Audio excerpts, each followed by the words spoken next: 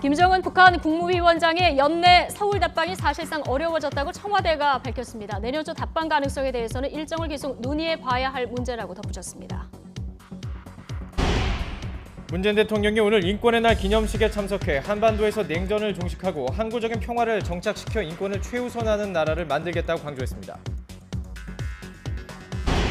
탈선 사고로 중단됐던 강릉선 KTX 열차 운행이 이틀 만에 정상화됐습니다. 국토교통부 사고조사위원회는 사고 원인으로 지목된 선로 전환기 회로 연결 불량 문제를 정밀 조사하고 있습니다. 사법농단 의혹의 핵심 실무자로 지목된 임종원 전 법원행정처 차장에 대한 첫 재판이 오늘 열립니다. 구속영장이 한 차례 기각된 박병대, 고영한 전 대법관에 대해서는 검찰이 영장을 재청구하는 방안을 검토하고 있습니다. 권양숙 여사를 사칭한 사기범의 개소가 거액을 건네고 자녀들의 취업까지 청탁한 혐의를 받는 윤장현 전 광주시장이 피의자 신분으로 검찰에 출석했습니다. 윤 전 시장은 국민께 죄송하다며 책임질 부분은 책임지겠다고 말했습니다. 아침까지 계속된 강추위는 낮부터 기온이 크게 오르며 누그러지겠습니다. 서울의 낮 기온도 영상 4도까지 오르며 전국 대부분 영상권을 되찾겠습니다. 내일은 전국에 비나 눈이 내리겠습니다. 뉴스앤슈 3부 시작하겠습니다. 김정은 북한 국무위원장의 연내 서울 답방이 어려워졌다고 청와대가 밝혔습니다. 청와대 핵심 관계자는 YTN과의 통화에서 김 위원장이 올해 안에 답방하기가 쉽지 않은 것으로 판단된다고 말했습니다. 다른 청와대 고위 관계자도 연내 답방은 쉽지 않다는 결론을 내렸다며 북측에서 연내 답방 불가 통보를 보내온 것은 아니고 종합적으로 판단한 결과라고 설명했습니다. 내년 초 답방 가능성에 대해서는 일정을 계속 논의해봐야 할 문제라고 답했습니다. 정비 국회가 끝났지만 선거제도 개편 문제를 둘러싼 전국 경색이 계속되고 있습니다. 예산안 처리를 주도한 여당인 더불어민주당과 제1야당인 자유한국당 지도부가 차례로 야3당의 농성장을 방문했는데 별다른 성과는 없었습니다. 국회 연결해 보겠습니다. 김영수 기자. 네, 국회입니다. 손학규, 이정미 대표 오늘 단식 닷새째인데요. 지금 선거제도 개편 논의 별 진전이 없어 보이네요. 네, 그렇습니다. 오늘 아침에 회의를 마친 뒤에 더불어민주당과 자유한국당 지도부가 차례로 닷새째 단식 농성 중인 바른미래당 손학규, 정의당 이정미 대표를 만났습니다. 하지만 별다른 성과는 없었습니다. 민주당 이해찬 대표는 선거제도 개혁은 비례성과 대표성, 전문성까지 확보해야 하는 만큼 대단히 복잡한 협상이라고 말했습니다. 그러면서 국회 정개특위에서 논의하자며 기존 입장을 재확인했습니다. 특히 손학규 대표에게는 단식을 풀면 협상을 시작하겠다고 말하기도 했습니다. 손 대표가 단식을 풀 때부터 내가 협상을 시작할게. 옛날 막걸리 마시던 그때로 돌아가자고요. 네, 단식을 멈추고 정개특위 안에서 논의하자는 민주당 윤호중 사무총장과 정의당 이정미 대표 사이에는 때 아닌 설전이 벌어지기도 했습니다. 임기가 하루 남은 한국당 김성태 원내대표도 단식 농성장을 찾아 정개특위를 활발하게 가동시키겠다고 밝혔습니다. 하지만 자신의 행동이 월권으로 비칠 수 있다며 내일 선출되는 다음 지도부로 판단을 넘겼습니다. 거기다 넘겨가지고 시간을 보내자는 게 아니라 결론은 그 틀 안에서 문제를 해결해야. 결국 양당의 입장에는 큰 변화가 없는 셈인데요. 양당 모두 견해차만 확인한 채로 발길을 돌려야 했습니다. 네, 지금 야3당의 입장은 여전히 확고하죠? 네, 그렇습니다. 단식 농성 상태로 취임 100일째를 맞은 바른미래당 손학규 대표는 농성장인 국회 로텐도홀에서 기자회견을 열었습니다. 손 대표는 촛불로 정권을 잡은 민주당이 한국당과 손잡고 짬짬이 예산을 통과시켰다며 두 마리 큰 곰이 여의도를 가로막고 있다고 비판했습니다. 손 대표는 또 선거제도 개혁에 대해 정개특위가 쟁점이 아니라고 생각한다며 당 차원에서 개혁 방향과 계획, 과정까지 협의해야 한다고 주장했습니다. 지난 주말 강추위에도 장외 선전전을 벌인 민주평화당 정동영 대표는 아침 회의에서 민주당과 한국당이 기득권 동맹을 맺었다고 비판하며 협치 종료를 선언한다고 양당을 압박했습니다.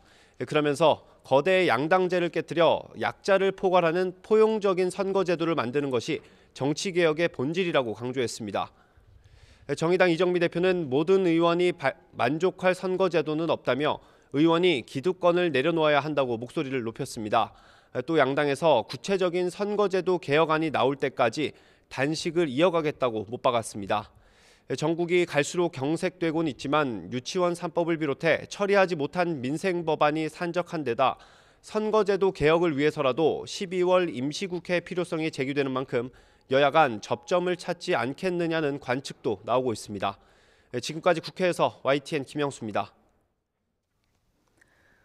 고 노무현 전 대통령 부인이라는 말에 속아 수억 원을 사기당한 윤장현 전 광주광역시장이 검찰에 출석했습니다. 윤 전 시장은 애초 사기 피해자였지만 송금한 돈이 지방선거 공천과 관련됐다는 의혹을 받으면서 피의자가 됐는데요. 사기 피의자 자녀를 취업시켜달라는 청탁을 들어준 혐의도 받고 있습니다. 자, 현장에 나가 있는 취재기자 연결해 보겠습니다. 나연우 기자.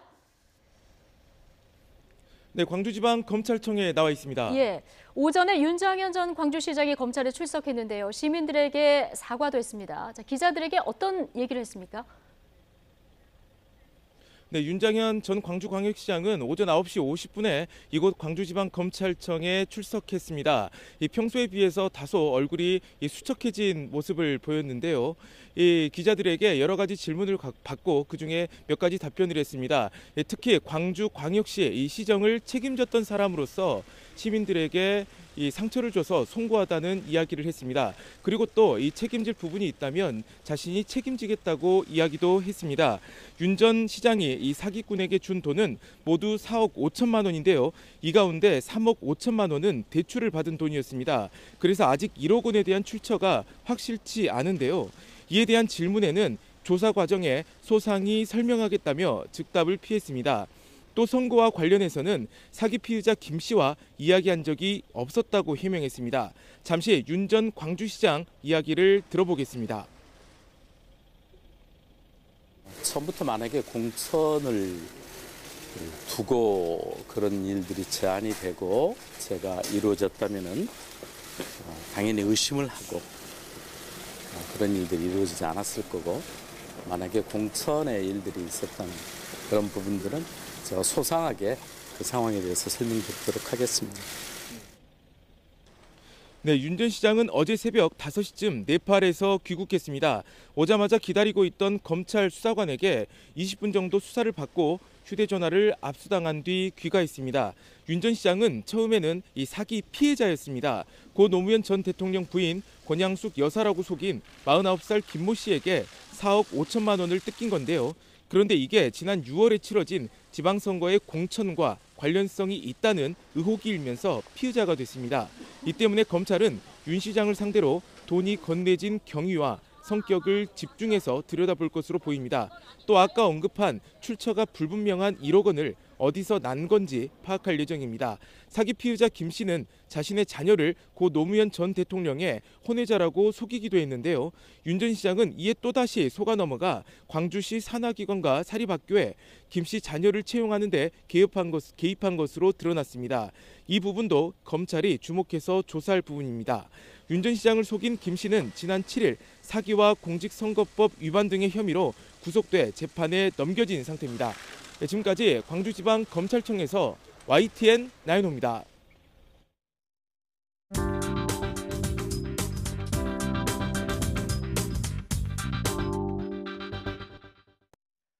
네, 조금 전 나연호 기자가 정리한 이 사건 깊이 들어가 보도록 하겠습니다. 안과 의사로서 인수를 베풀고 시민운동 분야에서 활발히 활동을 하며 정치인으로 변신해 광주시장까지 지낸 윤장현 전 시장. 그가 보신 것처럼 피해자 신분으로 오늘 검찰에 출석을 했습니다. 그동안 도대체 어떤 일이 벌어졌던 걸까요? 작년 12월로 이제 거슬러 올라가죠. 권영숙 여사를 사칭한 문자를 받게 됩니다. 네. 딸이 사업으로 인해서 돈이 급히 필요하다. 5억 원만 좀 빌려주면 바로 융통해서 갚겠다라고 하는 문자였습니다.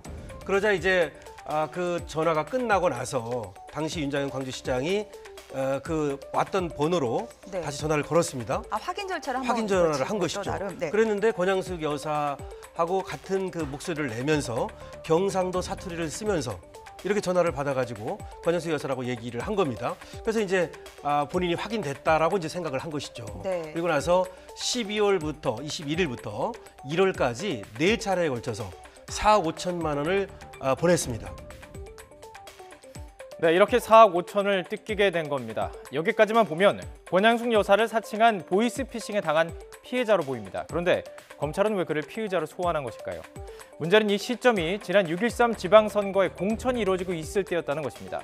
검찰은 이 때문에 공천을 바라고 돈을 입금했던 것 아니냐 이렇게 의심하고 있습니다.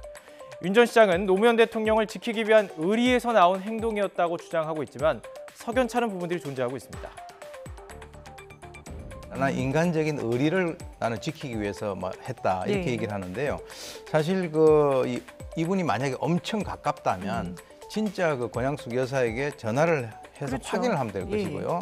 만약에 그렇게까지 가깝지 않는 사람이라고 한다면 인간 노무현을 그렇게까지 지켜야 할 필요성이 있었겠는가라고 하는 그런 것이죠. 그래서 네. 두 가지로 보는데 굉장히 순수한 사람이거나 예. 아니면은 이 현재 망신살이 뻗친 이 상황에서 이 여러 가지 어떤 그 사태를 의리로 좀 뭔가 이렇게 수습을 하고 싶은 그런 그 심야에서 이런 그 발언을 한 것이 아닌가라고 네. 생각이 되고요. 예. 자, 그 거액을 드리면서도 의리를 지킬 정도로 가까운 사이인데 직접 연락을 해서 확인을 하지 않은 점, 연락처도 모르는 점 이상하다는 지적이죠. 또한 윤 전 시장 4년 전 지방선거 당시 안철수 새정치민주연합 공동대표의 전략공천을 받아서 안철수계로 구분되고 있기 때문에 이런 의문은 더욱 커지고 있습니다. 그리고 더 큰 논란을 불이키는 부분이 있죠. 바로 취업 청탁에 관한 의혹입니다. 이 사기범이 12월 중순에 예. 윤장현 시장이 집무실을 직접 찾아가가지고 예. 그 좀 뭐 눈물까지 흘리면서 그 혼외자들 불쌍하다, 내가 양육하고 있는데 취업 좀 시켜주라고 그렇게 한 걸로 지금 나오고 있습니다. 그래서 아마 윤 시장이 좀 감성적이고 여리고 하니까 이 사기범이 그런 걸 파고든 것 같아요. 아. 그 시장실까지 직접 찾아가서 그렇게 했다. 예. 지금 그런 부분이 좀 나오고 있는 상황입니다. 자, 이 사기범이 직접 나타났습니다. 자신이 권양숙 여사의 부탁으로 있지도 않는, 존재하지도 않는 이 노무현 전 대통령의 혼외자를 보호하고 있다면서 취업을 청탁했고 이에 속아서 윤 전 시장은 광주 산하 기관을 향해 전화기를 들었습니다. 결국 아들은 김대중 컨벤션 센터의 임시직으로 채용, 딸은 광주의 한 사립중학교 기간제 교사로 취업을 하게 됩니다. 사실 이 혼외자는 사기범의 아들과 딸이었습니다. 어쨌든 이 순간 윤장현 전 시장은 보이스피싱 피해자에서 취업을 청탁한 혐의 피의자로 바뀌게 된 것이죠. 윤 전 시장은 오늘 검찰에 출석을 하면서 자신은 공천을 기대해서 한 일이 아니다 이렇게 주장을 했죠. 다시 한번 짧게 들어보시죠. 처음부터 만약에 공천을 두고 그런 일들이 제안이 되고 제가 이루어졌다면은 당연히 의심을 하고 그런 일들이 이루어지지 않았을 거고. 하지만 검찰은 권양숙 여사 사칭 사기범이 윤 전 시장에게 재선해야 될 텐데 잘 되기를 바란다라는 식의 이런 문자를 남긴, 이 여운을 남긴 것에 주목을 하고 있습니다. 공천을 바라고 움직였을 것으로 의심하는 부분이죠. 과연 그가 정과 의리로 살아가는 사람인지, 공천 대가를 지불하려 했던 것인지 윤장현 전 시장을 향한 우리의 판단도 검찰의 수사 이후로 미뤄야 할 것 같습니다.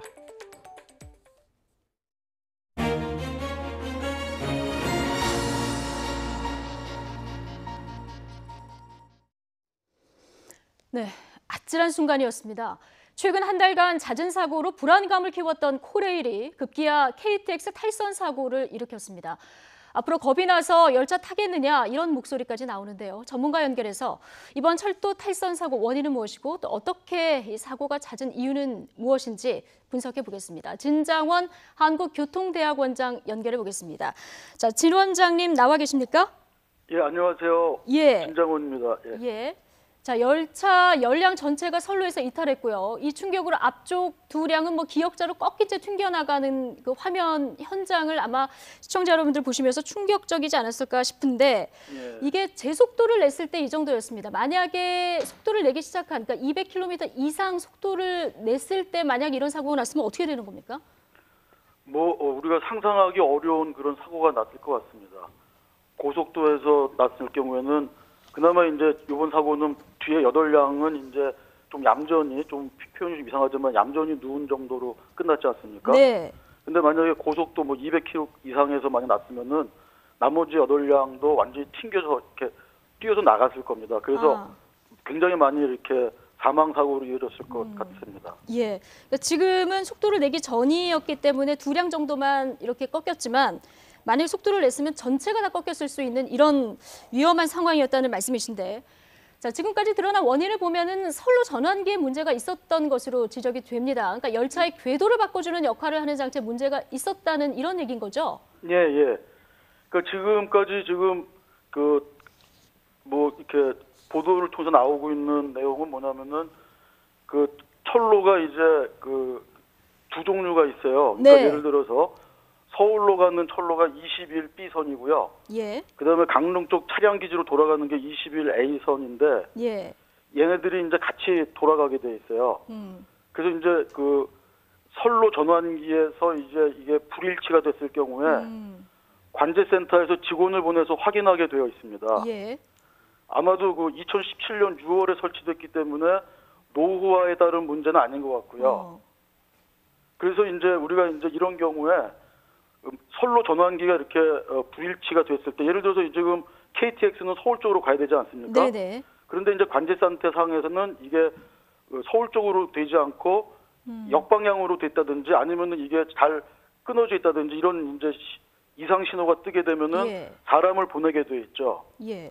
그래서 원래는 이제 이렇게 선로 전환기가 불일치됐을 때 근본적인 작업은 선로를 서울 방향으로 쇄정한다고 우리가 표현합니다. 쇄정이라는 건 뭐냐면요. 신호기 전원을 아주 끈 상태에서 예. 선로를 서울 방향으로 완전히 갖다 붙이는 겁니다. 예. 갖다 붙이는 겁니다.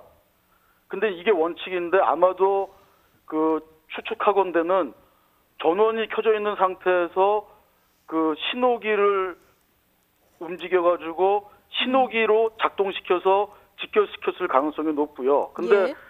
이 지금 철로가 지금 완전히 고정되지 않는 상태에서 앞차는 이제 제대로 이제 들어갔다가 신호기가 이제 예예. 문제가 생기면서 철로가 떨어지면서 뒷부분 차량은 이제 역방향으로 진행될 수밖에 없으니까 탈선한 걸로 보여집니다. 예, 원장님, 그러니까 잘못된 신호가 있었고 문제가 있는 선로로 진행을 하다 보니까 이런 사고가 있다는 말씀이신데, 더 황당한 거는요, 이 선로가 지금 평창 올림픽 앞두고 이제 만들어진 거 아니겠습니까? 예, 예. 1년도 안 된 선로인데 그렇다면은 그동안 이런 문제점을 안고 열차가 달린 겁니까? 그러니까 그 아직 지금 조사단의 결과가 아직 나오지 않았기 때문에 예. 정확하게 말씀을 드리기는 어렵지만요. 여러 가지 측면을 좀 감안해서 봤을 때는 그 기계적인 결함보다는 예. 인재의 가능성이 좀 높다고 보여집니다. 인재의 가능성이 높다. 예. 네, 무슨 말씀이냐면요. 네. 원래 아까 제가 조금 전에 말씀드린 대로 선로 전환기가 불일치됐을 경우에는 이제 사람에 가서 오류를 수정하지 않습니까? 예. 수정한 다음에 다시 관제센터에서는 다시 한번 돌려봐라, 다시 한번 역으로 돌려봐라 해가지고 다시 확인하는 게 현장에서 시연하는 게 정상입니다. 아, 예. 근데 이 부분이 지금 아직 확인되고 있지는 않습니다만 예. 그 아마도 그런 KTX가 이제 운행을 하는데 20분 이상 이제 지연이 되면은 환불하지 않습니까? 네. 그래서 사실 KTX 운행하신 분들은 이 운행 시간 맞추는 거에 굉장한 부담을 느끼고 있거든요. 예. 그래서 아마도 그런 부분에서 조금 불일치가 있지 않았나 그런 생각이 듭니다. 예, 신호가 잘못됐더라도 뭔가 바로 조치가 있었어야 되는데 이런 부분이 좀 미흡했다. 그래서 인재의 가능성이 높다 이런 얘기를 해주셨는데, 처음에 코레일 측의 해명을 보면은 갑작스러운 기온 급강하 때문이었다 이런 얘기를 했었거든요. 예, 기온 그거는 아닌 것 같고요. 그건 아닌 것 같다. 예. 예. 오히려 이제 전기 같은 경우, 전기로 쓰는 기계 같은 경우는 온도가 내려갈수록 전기의 상태가 안정화된다고 그래요. 예. 그래서 그 문제는 아닌 것 같고 아마도 그 신호를 그러니까 그 철로 전환기가 이상이 생겨서 그거를 예. 확인을 나갔던 분하고 관제센터하고 어떤 명확한 어떤 통신이 있었는지 그게 아직 조사가 안 됐기 때문에 그건 좀 더 조사가 되어줘야 될 것 같습니다. 예. 뭐 기온 급강하 때문이었다 이 얘기가 나왔을 때 국민들이 이 철도가 더 기온이 내려간 지역에서도 달려야 하는데 좀 이해가 안 간다 이런 지적도 많았었는데요. 예. 어쨌든 이번 사고가 나기 직전에도 장관은 물론 국무총리까지 나서서 코레일 사고를 지적했었는데 사고가 또 난 겁니다. 지금 코레일에서 얼마나 많은 사고가 났는지 저희가 정리를 해봤더니 최근 20일 동안에 10건이거든요. 이틀에 한 번 정도 사고가 난 건데 왜 이렇게 사고가 잦다고 보십니까? 사실 이게 조금 흥미로운 부분입니다. 예. 무슨 말씀이냐면 지금 그 앵커께서 말씀하신 대로 한 20일 동안에 크고 작은 사건이 한 10건 이상이 났거든요. 네. 그런데 사실 큰 틀에서 보면은 국내 철도 사고 통계를 보면요. 예를 들어서 2017년도에 우리가 이제 철도 안전 기본 계획이라는 걸 수립해가지고 2017년도에는 목표를 어떻게 하겠다 그런 걸 세워요. 네. 그랬을 때 1억 킬로미터당 주요 철도 사고 건 수가 예. 목표가 6.1명이었는데 6명으로 오히려 초과 달성했거든요. 특히 예. 1억 킬로미터당 사망자 수, 자살 제외하는 건데요. 사망자 수 목표는 11.4명이었는데 2017년도에 7.2명으로 굉장히 초과 달성했습니다. 이거는 참고 삼아서 2020년도까지 8.5명 줄이겠다는 그런 목표인데 2020년도 분도 초과 달성한 거거든요. 예. 사실은 대한민국 철도가 안전합니다. 안전합니까? 안전한데 문제는 지금 예. 20일 동안 사이에 크고 작은 사건이 너무 많이 나니까 그렇죠. 국민들께서 불안해하시는 거죠. 예. 그런데 제가 이제 이걸 가지고 조금 고민을 하고 이제 분석을 좀 해봤는데 예. 약간은 코레일의 어떤 구조적인 문제가 조금 지적될 수 있을 것 같아요. 원인으로 보면 예. 예. 최근에 이 사고가 집중한 그 11월 달에 네. 사고가 집중한 것을 원인으로 본다면은 예. 그 첫 번째가요. 한 세 가지를 꼭 제가 한번 꼽아볼 수가 있는데요. 네, 짧게요. 예, 첫 번째는 올해 들어와서 임금 피크 제도가 코레일에 시행이 됐습니다. 예. 그래서 베이비 부모들이 인피에 돌입했거든요. 네. 아시다시피 코레일에 베이비 부모가 많습니다. 아. 그래서 이 베이비 부모 인피 들어간 분들이 인력 업무량이 줍니다. 예. 그래서 인력이 지금 절대적으로 부족한 부분이 있는 것 같고요. 네. 또 하나 더 재밌는 건 뭐냐면은 그 코레일의 재정 악화가 돼가지고 지난 11월 초에 그 예. 노조하고 이제 코레일 사측하고 그 협상이 이제 종료가 됐거든요.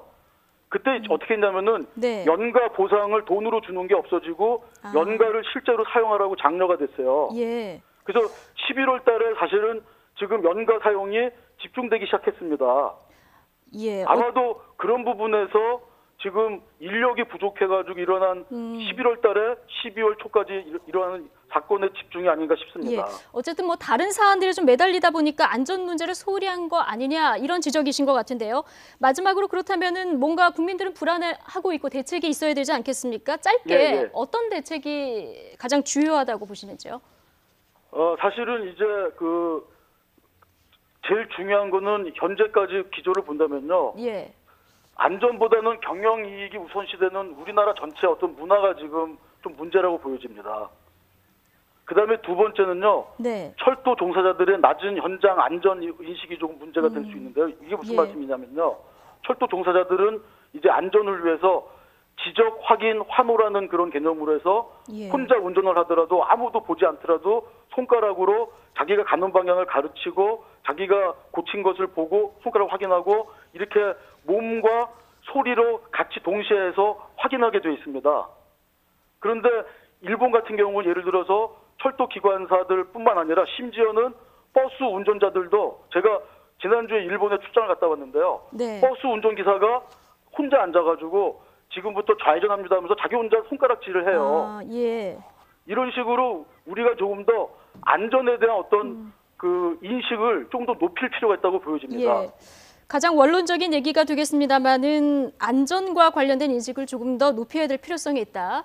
자, 이런 지적을 해주셨습니다. 또 하나는 또 하나 말씀드린다면요. 네, 원장님 짧게요. 저희 지금 시간이 다 돼서요. 한국철도시설공단하고 지금 그 상하 분리가 돼가지고 시설은 철도시설공단이 하고 있고 운영은 코레일이 하는데요.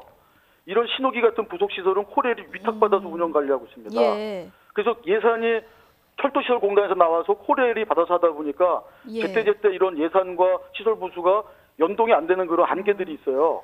그래서 이런 것 이번에 이런 사건들을 계기로 해서 한국철도시설공단하고 코레일하고 통합 문제도 조금 더 빨리 심도 있게 고민해야 될 거로 보입니다. 알겠습니다. 지금 설치와 유지 관리가 나눠져 있는 이 부분에 좀 뭐 책임도 있을 것 같다 이런 얘기를 해주셨는데 여기까지 듣겠습니다. 진장원 한국교통대학원장 연결해봤습니다. 고맙습니다. 감사합니다. 네, 사법농단 의혹 관련 첫 재판이 잠시 뒤에 시작됩니다. 서울중앙지방법원은 오후 2시 사법농단 의혹으로 구속된 핵심 실무자 임종원 전 법원행정처 차장에 대한 첫 공판 준비 기일을 진행합니다. 공판 준비 기일은 정식 심리에 들어가기 전 주요 쟁점과 입증 계획을 정리하는 자리여서 임 전 차장이 법정에 나올 필요는 없습니다. 다만 임 전 차장의 공소 사실이 30가지가 넘는 만큼 검찰과 변호인단 양측이 입장을 정하고 재판 일정을 계획하는 데 상당한 시간이 걸릴 전망입니다. 문재인 대통령은 한반도에서 냉전을 종식하고 항구적인 평화를 정착시켜서 인권을 최우선으로 하는 나라를 만들겠다고 강조했습니다. 문 대통령은 현직 대통령으로는 15년 만에 인권의 날 기념식에 참석해서 이같이 밝히고 평화를 통해 인권이 보장되고 인권을 통해 평화가 확보되는 것이라고 말했습니다. 문 대통령은 이어 한반도에서 냉전의 잔재를 해체하고 항구적 평화를 정착시키는 것은 우리 민족 모두의 인권과 사람다운 삶을 위한 것이라고 언급했습니다. 중소기업을 보호하는 중소기업중앙회가 정작 광고 대행 수수료를 터무니없이 낮춰 중소업체들의 출혈 경쟁을 유도하고 있습니다. 견디다 못한 일부 업체는 문을 닫기도 했습니다. 이정미 기자입니다.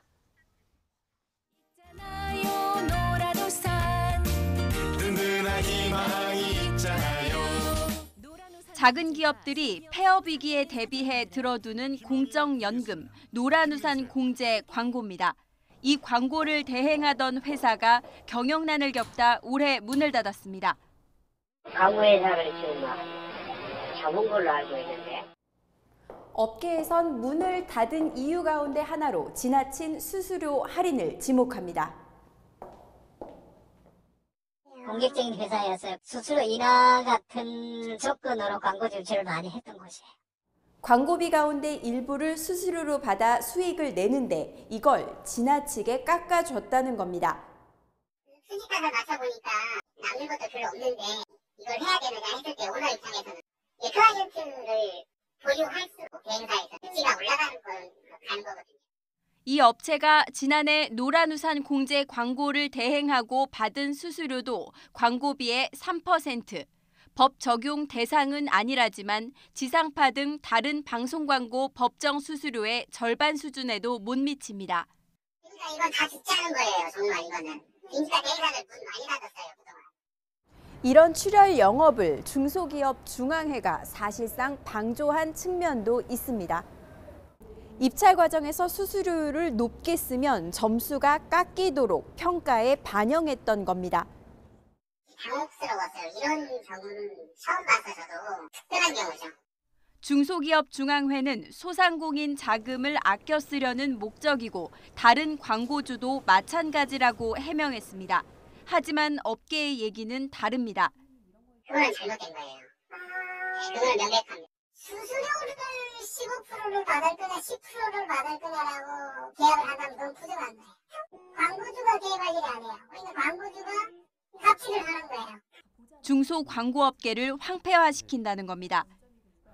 중소기업을 보호해야 될 중소기업 중앙회가 광고 수수료를 낮추기를 한다면 그리고 이런 걸 평가 기준에 반영한다면 결국 이는 광고 산업의 추락을 예고합니다.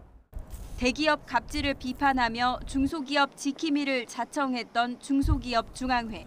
사장님을 지켜드리는 희망자산 노란우산 공제. 본분을 잊은 건 아닌지 되돌아볼 일입니다. YTN 이정미입니다. 네, 광고업체의 출혈 경쟁을 유도한 중소기업 중앙회도 잘못이지만 업체들의 출혈 경쟁 그 자체에도 문제가 있습니다. 대책은 없는지 이 문제 취재한 이정미 기자 연결해서 들어보겠습니다. 자, 이정미 기자. 네, 기획이슈팀입니다. 네, 중소기업 중앙회의 입장은 그러니까 가격 경쟁력을 평가하려면 어쩔 수 없다는 이런 입장 아닙니까? 네, 그렇습니다. 중소기업 중앙회는 국가 계약에서도 가격 평가를 의무화하고 있다며 가격 평가는 불가피했다는 입장인데요. 광고업계에선 광고 시장에서는 가격 경쟁 자체가 부적절하다고 말합니다. 들어보시죠. 제조업이나 건설업의 경우에는 가격 경쟁을 할 수가 있죠. 광고 산업은 가격 경쟁을 할 수 있는 곳이 아니에요. 이유는 TV 광고 단가가 프로그램 시청률에 따라 정해지기 때문인데요.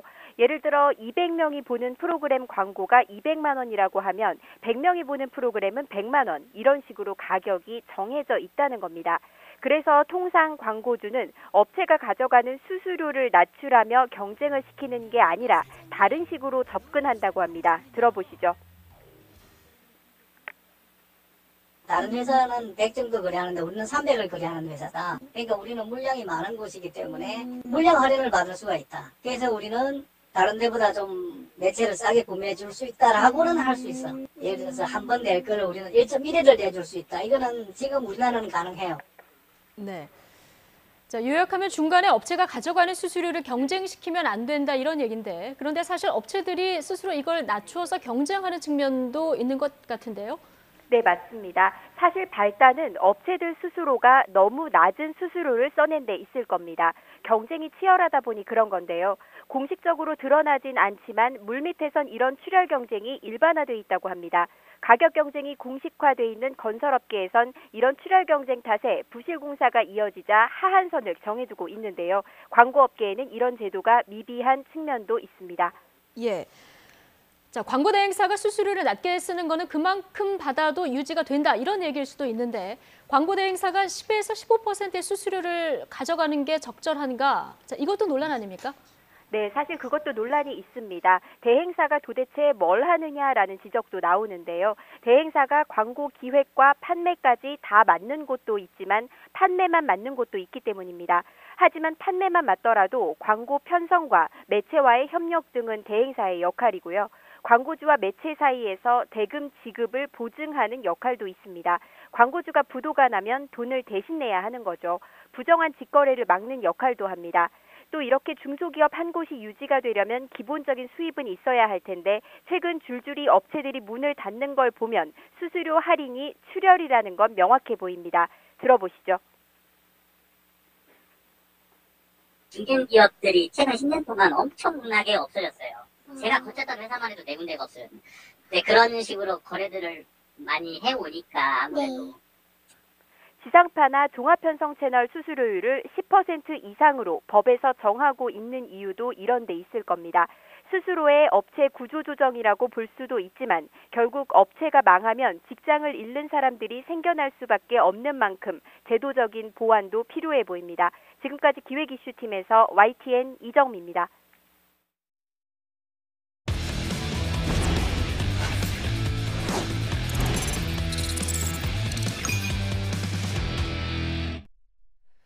스포츠 소식 알아보는 시간입니다. 오늘 저녁에는 프로야구 한 시즌을 마감하는 골든글러브 시상식이 열리죠. 스포츠부 허재원 기자와 함께 집중적으로 분석해 보도록 하겠습니다. 안녕하십니까? 네, 안녕하세요. 보통 이 야구 이 시기는 스토브 리그 기간이라고도 하는데요. 시상식도 굉장히 많이 열리군요.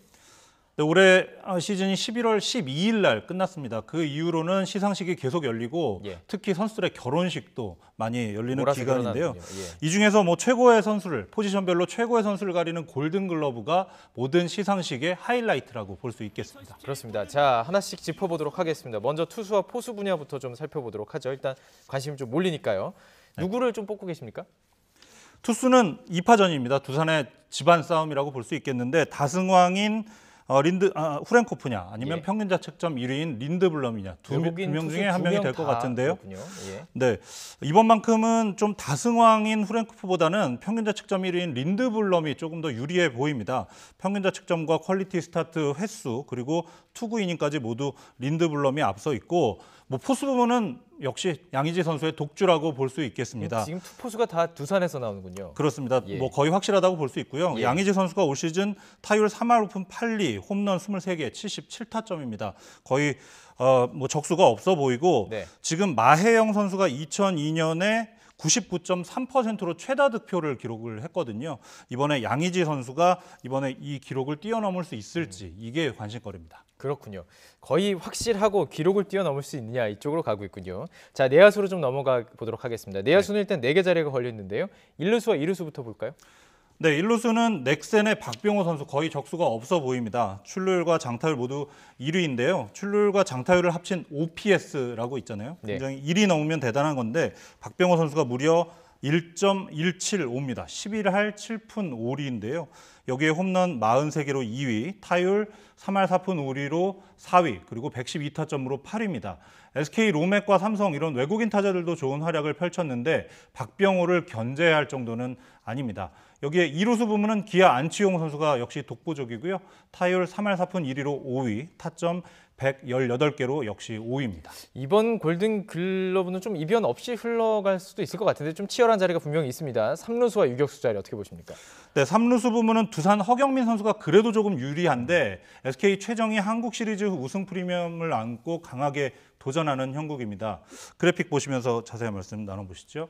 네, 일단 두 선수의 올 시즌 성적을 비교해보면 홈런을 제외한 모든 부문에서 허경민이 앞섭니다. 특히 최정은 부상으로 115경기밖에 출전하지 않았는데 네. 허경민보다 실책이 4개 많다는 점이 약점이고요. 타율도 2할 4푼 4리로 조금 낮습니다. 하지만 홈런 35개로 자존심을 지켰고 한국 시리즈 6차전 극적인 9회 동점 홈런이 있었죠. 득표 요인도 적지 않습니다. 유격수 부문은 두산 김재호와 넥센 김하성의 2파전으로 압축이 되어 있습니다. 타율은 김재호가 약간 앞서지만 안타 개수는 김하성이 많죠. 홈런과 타점, 수비력은 모두 우열을 가리기 힘들 정도입니다. 외야수 부문과 함께 이번 골든글러브에서 가장 치열한 부문으로 꼽히고 있고요. 김하성 선수가 지금 3년 연속 골든글러브 2위거든요. 김재호와 김선빈에게 연속 고배를 마셨는데 올해 처음으로 수상에 성공할지 관심거리입니다. 유격수도 상당히 치열하지만 항상 외야수 부문은 치열한 자리예요. 일단 세 자리가 있긴 하지만요. 정리해 볼까요? 네, 언뜻 떠오르는 후보들만 꼽아봐도 두산 김재환, LG 김현수, 롯데 손아섭 전준우, NC 나성범, KT 로하스, 한화 호잉 이렇게 누가 받아도 이상하지 않을 쟁쟁한 후보들이 있습니다. 일단 성적만 보면 단연 눈에 띄는 선수는 역시 올 시즌 프로야구 MVP 김재환 선수죠. 네네. 44개의 홈런에 133타점 모두 1위고 타율 3할 3푼 4리로 10위입니다. 이 밖에 장타율 2위, 안타 6위, 득점 출루율 모두 10위권 안에 이름을 올렸습니다. 하지만 역시 금지 약물 복용의 굴레를 벗어던지기가 쉽지 않아 보이는데 MVP 투표에서도 압도적인 지지를 받긴 했지만 팬들의 비난을 면치 못했었죠. 이번 투표인단의 선택에 어떤 영향을 미쳤을지는 결과를 지켜봐야겠습니다. 여기에 LG 김현수 선수도 미국에서 돌아오자마자 타격왕에 올랐다는 점을 내세워서 후보로 올랐고 SK 한동민 선수도 한국 시리즈 우승을 결정짓는 홈런으로 강한 인상을 남겼습니다. 그리고 롯데 전준우, 손아섭 이런 선수들도 후보로 손색이 없고요. 역시 팔이 안으로 굳기 마련이기 때문에 그동안 외국인 선수들이 불이익을 받아온 게 사실이지만 올해는 한화 호잉이나 KT 로하스 선수도 적지 않은 표를 받을 것으로 예상이 됩니다. 네, 자 마지막으로 지명 타자가 남아 있습니다. 롯데 이대호 선수가 탈 수 있느냐 이게 지금 여부인 거죠? 네, 이승엽 선수 은퇴하고 김태균, 박용택 이런 선수들도 조금 노쇠했기 때문에 올 시즌 롯데 지명타자로 활약한 이대호 선수가 가장 강력한 수상 후보로 뽑힙니다. 이대호 선수가 지금까지 1루수로 4번, 3루수로 1번 골든글러브를 받았는데요. 이번에 지명타자 부문 골든글러브를 받게 되면 역대 3번째로 3개 부문에서 황금 장갑을 끼는 선수가 됩니다. 네. 지금까지 하나 장종훈, 삼성 양준혁 선수만 이뤘던 업적인데 이대호 선수가 어깨를 나란히 하게 될지 굉장히 주목되는 상황입니다. 자 마지막으로 이게 지금 투표가 기자단과 네. 이렇게 방송 관련자들이 네네. 이제 뽑는 경우가 많습니다. 허재원 기자는 누구 뽑았는지 궁금한데 이거 밝혀도 되지 않습니까? 관심 가는 부분 좀 민감한 몇 가지 부분이 얘기해 몇 개 주시죠. 있기 때문에 딱 2개 부분만 제가 예. 밝힐 텐데 예. 포수 양의지와 1루수 박병호 선수는 제가 뽑았습니다. 이거는 너무나 확실한 걸 그냥 말씀해 주신 네. 부분이군요. 예, 알겠습니다. 이렇게 해서 골든글러브 정리해봤고요. 정리하신 대로 맞는지도 확인해 보도록 하겠습니다. 네. 내일요. 네, 지금까지 스포츠부 허재원 기자와 함께했습니다. 고맙습니다.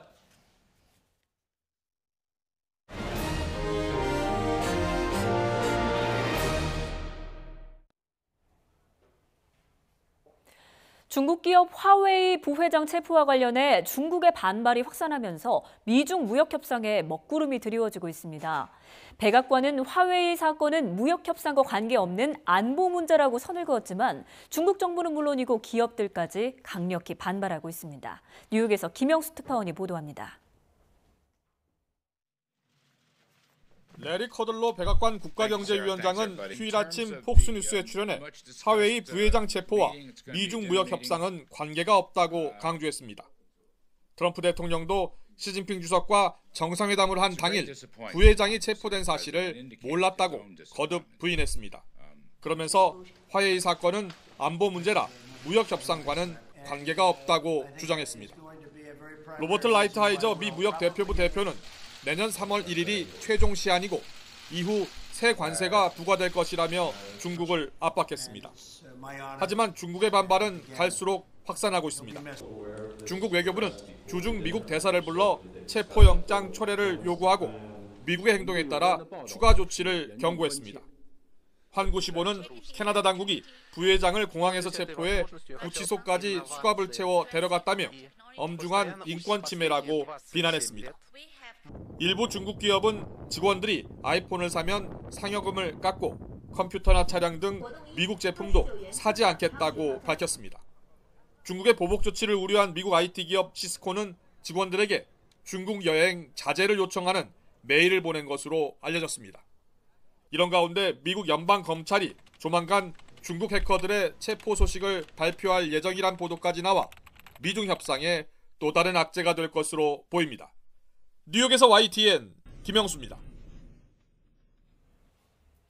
멍완저우 화웨이 부회장은 미국 수사당국이 제기한 혐의에 대해 결백을 주장하고 건강상 문제를 이유로 심리기간 보석을 요청했습니다. 로이터 통신에 따르면 멍 부회장은 공개된 법정 진술서에서 제기된 혐의에 결백하다며 미국 신병 인도에 맞서기 위해서 밴쿠버에 체류하고자 하며 인도된다면 미국에서 혐의에 맞서 싸우겠다고 밝혔습니다. 인천에 있는 교회 목사로부터 10대 때 이른바 그루밍 성폭력을 당했다고 주장하는 여성 신도들이 목사를 경찰에 고소했습니다. 피해 여성 신도 4명의 변호인단은 오늘 오전 인천지방경찰청에 인천 모 교회 소속 김모 목사 고소장을 냈습니다. 변호인단은 고소장을 접수한 뒤 도덕이나 종교적 비난을 떠나 수사기관의 판단을 받기 위해 고소했다고 말했습니다. 몰래 빼낸 환자들의 개인정보로 수면유도제 17,000여 정을 처방받아서 복용한 간호조무사가 경찰에 붙잡혔습니다. 서울 동작경찰서는 마약류관리법 위반 혐의 등으로 간호조무사 36살 A씨를 구속했습니다. A씨는 지난 2013년부터 최근까지 서울에 있는 병원 등에서 간호조무사로 일하면서 환자 43명의 개인정보를 빼돌린 뒤 수면제 성분이 든 정신과 의약품을 처방받아 상습 복용한 혐의를 받습니다. 국민건강보험공단은 비만으로 연간 11조 4천억 원이 지출되고 있다고 밝혔습니다. 11조 4천억 원은 개인과 건보공단이 지출한 총액인데 병의원과 약국에 내는 의료비, 의료기관을 이용할 때 드는 간병비와 교통비, 조기 사망과 생산성 손실 등에 따른 간접비를 합한 것입니다. 이 가운데 가장 지출이 큰 것은 의료비로 전체의 51.3%인 5조 원이나 됐습니다. 시인이자 독립운동가인 이육사가 남긴 친필 원고가 등록문화재가 됐습니다. 문화재청은 이육사가 남긴 시 바다의 마음 친필 원고를 문화재로 등록한다고 밝혔습니다. 이육사의 친필 원고는 매우 희귀하며 이미 문화재로 등록된 편복 외에는 바다의 마음이 유일한 것으로 전해지고 있습니다. 강추위가 누그러지고 나흘 만에 서울은 기온이 영상권을 회복했습니다.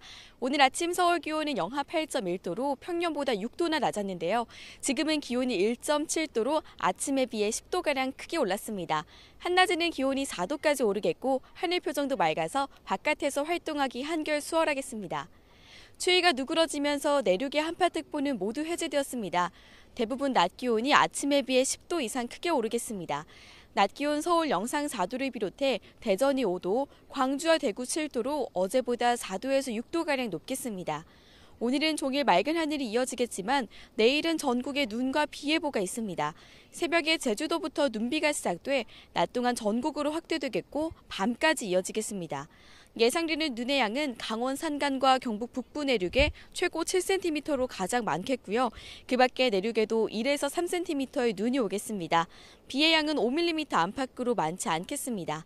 심한 한파는 누그러졌지만 아침에는 영하권 추위가 계속됩니다. 내일은 내린 눈과 비가 얼어붙어서 곳곳이 빙판을 이룰 것으로 예상되니까요. 낙상사고와 교통안전에 각별히 주의하시기 바랍니다. 지금까지 상암동 하늘공원에서 YTN 권혜인입니다.